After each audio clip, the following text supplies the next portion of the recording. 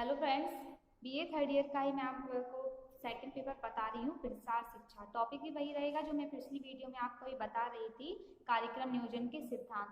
तो उसमें हमारे चरण चल रहे थे, कार्यक्रम नियोजन की क्या प्रक्रिया के क्या क्या चरण होते हैं। तो उसमें हमारी first heading, second and third heading complete हो चुकी थी। इस वीडियो में मैं आपको आगे की फोर्थ हेडिंग बताती हूँ। तो फोर्थ हेडिंग रहेगी प्राथमिकता के आधार पर कार्यक्रम का चयन, selection of programme according to priority. तो हर क्षेत्र में अनेक समस्याएं होती हैं। एक साथ कई समस्याओं का निराकरण करना संभव नहीं हो पाता, उतने साधन ही नहीं उपलब्ध होते हैं। अतः समस्याओं की पहचान स्थापित करने के पश्चात कार्यक्रम नियोजन प्रक्रिया के अंतर्गत अगला चरण होता है प्राथमिकता के आधार पर इस बात का निर्णय लेना कि कौन सी समस्या के निवारण हेतु सर्वप्रथम कार्यक्रम नियोजित किया जाए। समस्या का चयन करते समय कुछ बातों को ध्यान में रखना आवश्यक है, जैसे समस्या सर्वव्यापी हो, समस्या के निराकरण से एक बड़े समुदाय को लाभ पहुंचता हो, स्थानीय संस्थानों से समस्या निवारण हेतु कार्यक्रम चलाया जा सकता हो और कार्यक्रम को सरकारी एवं गैर सरकारी संस्थाओं द्वारा आर्थिक सहायता उपलब्ध कराने का प्रावधान भी हो। अब आगे रहेगा उपयुक्त बिंदुओं पर ध्यान देते हुए जब कार्यक्रम नियोजित किया जाता है तो अधिक लोगों का सहयोग प्राप्त करना सहज रहता है। यदि कोई समस्या अधिक लोगों को प्रभावित कर रही है तो उसका निराकरण भी अधिक लोगों को लाभान्वित करेगा। उदाहरण के लिए, यदि किसी गांव में पीने के पानी की समस्या है, इसके साथ ही पंचायत भवन की भी आवश्यकता है, तो पहले कि पीने की समस्या को दूर करने का निर्णय लेना चाहिए। इसी संदर्भ में यह भी बताना आवश्यक है कि यदि किसी गांव में पहली बार नियोजित कार्यक्रम चलाना हो तो अल्पवाधि में परिणाम देने वाले कार्यक्रम का सर्वप्रथम चयन करना चाहिए। जब लाभकारी परिणाम प्राप्त होते हैं तो लोगों का विश्वास नई तकनीक या नई पद्धति में जमने लगता है और वे भविष्य में भी आयोजित होने वाले कार्यक्रमों के प्रति उत्सुक रहते हैं। कार्यक्रम का चयन करते समय इस बात पर भी ध्यान देना जरूरी है कि कार्यक्रम प्रगतिवादी हो और लोगों के जीवन स्तर को उठाने में सहायक हो, क्योंकि लोगों के जीवन को बेहतर बनाना प्रसार कार्य का प्रमुख उद्देश्य है। ये फोर्थ हेडिंग कंप्लीट हो गया। हमारी फिफ्थ हेडिंग रहेगी, वो है उद्देश्य निर्धारित करना, फिक्सिंग ऑब्जेक्टिव्स। तो समस्या का चयन कार्यक्रम की पृष्ठभूमि तैयार करना है। तत्पश्चात अगला चरण होता है प्रस्तावित कार्यक्रम के उद्देश्य एवं लक्ष्य निर्धारित करना। यह बात पूर्णतया स्पष्ट होना आवश्यक है कि कार्यक्रम किसके लिए नियोजित किया जा रहा है अथवा कार्यक्रम के द्वारा कौन कौन से लोग प्रभावित अथवा लाभान्वित होंगे। प्रभावित वर्ग के समक्ष कार्यक्रम के उद्देश्य सुस्पष्ट होने चाहिए। पारस्परिक विचार विमर्श के द्वारा कार्यक्रम संबंधी विवरणी तैयार की जानी चाहिए।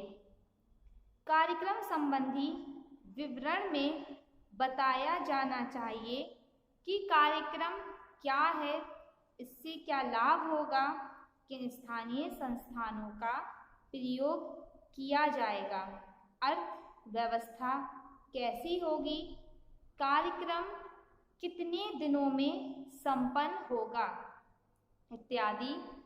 इसी विवरण में लोगों की मनोवृत्ति एवं कार्य निष्पादन शैली में जो वांछित परिवर्तन लाने हैं उनकी भी चर्चा होनी चाहिए, क्योंकि नई तकनीकों और पद्धतियों को अपनाने के लिए रूढ़िवादिता एवं परंपरागत मान्यताओं और व्यवहारों के घेरे से निकलना आवश्यक है।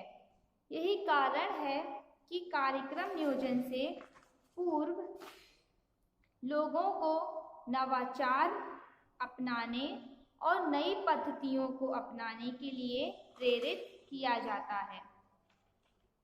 फिर कार्यक्रम के उद्देश्यों का निर्धारण प्रसार कार्यकर्ता तथा स्थानीय लोगों के लिए मिले जुले निर्णय पर आधारित होना चाहिए। लोगों की आवश्यकता के अनुरूप कार्यक्रम का नियोजन होना चाहिए और इस विषय पर सभी की सहमति भी होनी चाहिए। एक आदर्श नियोजित कार्यक्रम की यही विशेषता होती है कि उसे क्रियान्वित करने में सभी एक मत और एकजुट होते हैं। सभी के समक्ष कार्यक्रम के उद्देश्य एवं लक्ष्य पूर्णतः स्पष्ट होने चाहिए। उद्देश्य एवं लक्ष्य में जो अंतर है वह भी स्पष्ट होना आवश्यक है।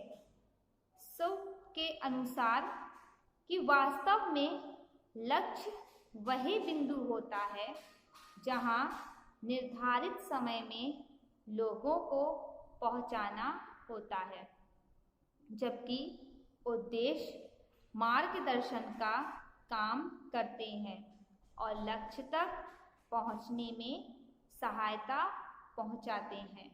उद्देश्यों का निर्धारण करते समय पारदर्शिता एवं विशेष ध्यान देना चाहिए। सारे विवरण स्पष्ट होने चाहिए। जिन लोगों की इसमें भागीदारी हो वे चिन्हित होने चाहिए। इस प्रकार परिवर्तन का स्वरूप क्या होगा यह भी सुस्पष्ट होना चाहिए तथा निर्धारित लक्ष्य की व्याख्या स्पष्ट करने पर रहने पर कार्यक्रम को मूल्यांकित करना भी सहज रहता है। तो इसकी लास्ट हेडिंग रहेगी कार्य योजना बनाना, मेकिंग प्लान ऑफ वर्क। इसमें रहेगा नियोजित कार्यक्रम की रूपरेखा तैयार करना। कार्यक्रम की कार्य योजना बनाने के अंतर्गत आता है प्रसार कार्यक्रम द्वारा चिन्हित समस्याओं के निवारण हेतु नियोजित कार्यक्रम की विस्तृत रूपरेखा तैयार की जाती है। कार्यक्रम के विविध पक्ष जैसे कौन कौन से कार्य निष्पादित होने चाहिए, कार्य निष्पादन के माध्यम क्या होंगे, किन किन संसाधनों का प्रयोग किया जाएगा, किन लोगों की संलग्नता होगी, कार्यक्रम कब प्रारंभ किया जाएगा, कार्यक्रम कितने चरणों में संपन्न होगा तथा प्रत्येक चरण के संपन्न होने की निर्धारित अवधि क्या होगी, जैसी बातों का स्पष्ट सविस्तार विवरण लिखित रूप से तैयार किया जाता है। इस प्रकार लंबी अवधि तक चलने वाले कार्यक्रमों की रूपरेखा वार्षिक रूप से परिनियोजित की जाती है। वार्षिक योजना प्रसार कार्यकर्ता स्थानीय नेताओं तथा स्थानीय लोगों के पारस्परिक विचार विमर्श के द्वारा तैयार की जाती है। इसमें निम्नलिखित बिंदुओं पर गहनता से विचार होना आवश्यक है।